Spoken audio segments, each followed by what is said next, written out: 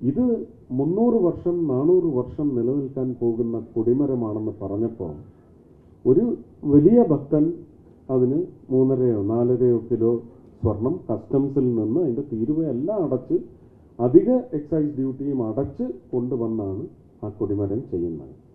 ഇതിൽ ഇനി വരുന്ന കാലത്ത് എൻ്റെ ഒരു 5-ാമത്തെയോ 6-ാമത്തെയോ തലമുറയ്ക്ക് അഭിമാനത്തോടെ പറയാൻ സാധിക്കണം, എൻ്റെ ഉയർപ്പിൻ്റെ ഒരു അംശം കൂടി അതിലുണ്ട് എന്ന് അവകാശപ്പെടാൻ സാധിക്കണമെന്ന് പറയുന്ന വലിയ വികാരത്തെ ബന്ധിപ്പിച്ചുകൊണ്ടാണ് ഞാൻ അതിലേക്ക് എൻ്റെ വീട്ടിൽ നിന്നുള്ള സ്വർണം എടുത്ത് അത് ഭീമയിൽ കൊണ്ടുപോയി 24 ക്യാരറ്റ് ആക്കണം.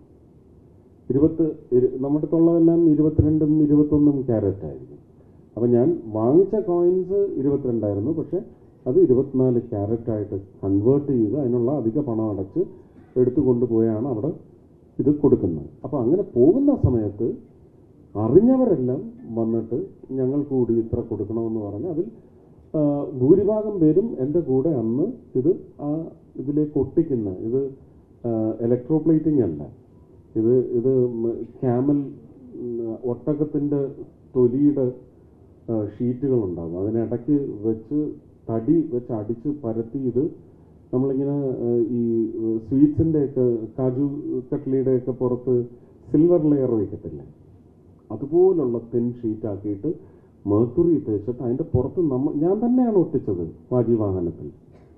ആ അഷ്ടദിക് പാലകരിലാണ് എൻ്റെ കൂടെ വന്ന ഷാജി കൈലാസും എൻ്റെ മകൻ, അതുപോലെ തന്നെ റഞ്ജി പണിക്കർ, ഇവരെല്ലാം. മോഹൻലാലും ഇതറിഞ്ഞിട്ട് ഇങ്ങോട്ടാണ് വിളിച്ച് പറഞ്ഞത്, മോനെ എൻ്റെ ഒരു 2 പവൻ സനൽ തരും, അതും ഒന്ന് കൊടുക്കണം. ഇതെല്ലാം അവിടെ കൃത്യമായി എൻ്റെ ഓർമ്മയാണ്. ഞാനതിന് രസീതൊന്നും വാങ്ങാൻ നിന്നില്ല, കാരണം ഇത് ഞാൻ ഭഗവാൻ അർപ്പിച്ചതാണ്. ഈ ഹുണ്ടിയിലിടുന്ന കാശിന് എത്ര പേരാണ് റെസീറ്റ് വാങ്ങുന്നത്?